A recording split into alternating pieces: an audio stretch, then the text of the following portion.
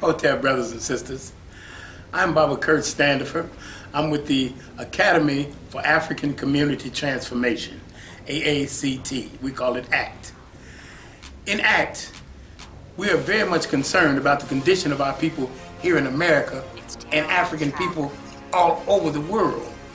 And one of the things that we are saying is that in order for us to be able to make sure that our people are properly dealt with as human beings, that we need to make sure that we take the initial role in bringing that about. So in terms of doing that, self-determination becomes the primary objective for our people. We want to make sure that we are the ones who provide for ourselves, who speak for our people, who educate our people, who make sure that our people have proper health care, proper housing. We want to make sure that we bring about goods and services and jobs to the people inside of our community. And we cannot do that if we continue to be dependent upon somebody else to make it happen. So we are saying inside of Aact that it's time for us as a people to move together to do those things for self. Now, Aact itself is what we call a Pan-Africanist organization.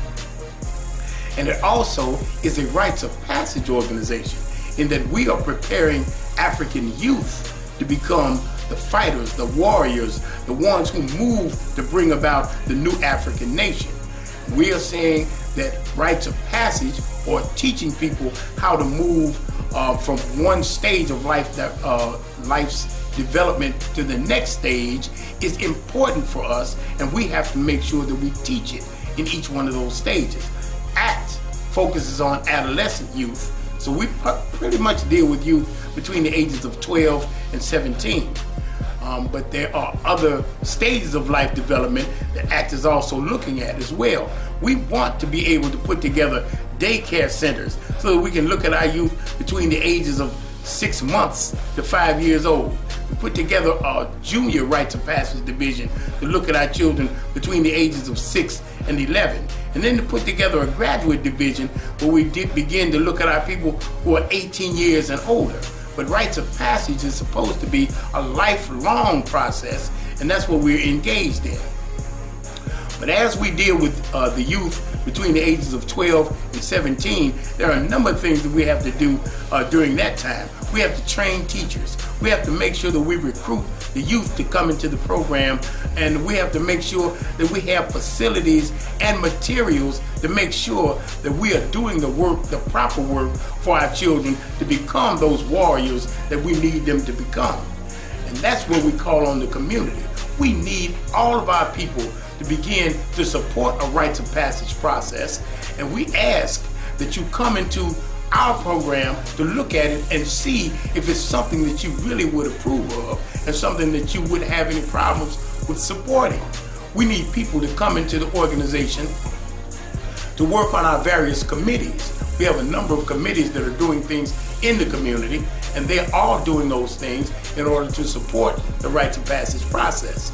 We need people who want to come into the organization to work as teachers, what we call walimus, inside of the organization, so that we can have people who are properly trained and have the proper motivation to teach our youth.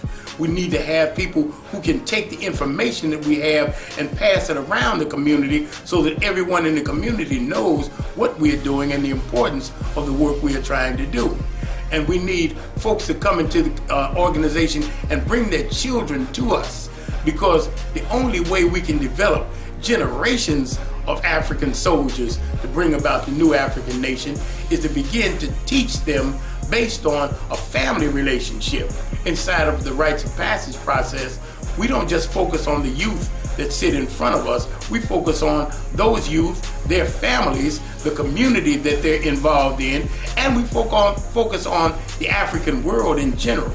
We know that the only way that we are going to rebuild the African nation is to deal with all African people. And we know that we've been sent to North, South, Central America. We've been sent to the Caribbean. We're all in Europe. We're everywhere around the world. And we say we have a responsibility to make sure that our people understand that we all are part and parcel of the African nation. And we need to move together to make sure that we reestablish ourselves. We need to make sure that everyone understands that Africa is our homeland. It belongs to us, and we have the right to recapture it, take control of it and all of its resources so that we can make it a power base for our people regardless of where we live in the world. If Africa is strong and united, our people will be strong and united, and we don't have to worry about someone else either contributing or not contributing to the development of our people. We will do it ourselves.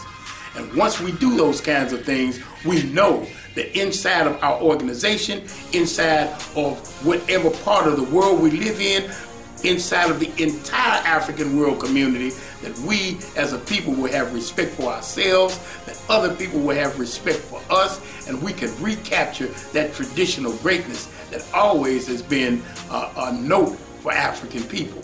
So we move to organize ourselves inside of this community, and we ask that African people everywhere get in touch with us and make sure that they give some kind of input to the development of this organization, because our primary focus is to make sure that we bring about the development of all African people so that we can once again reestablish ourselves as an African nation.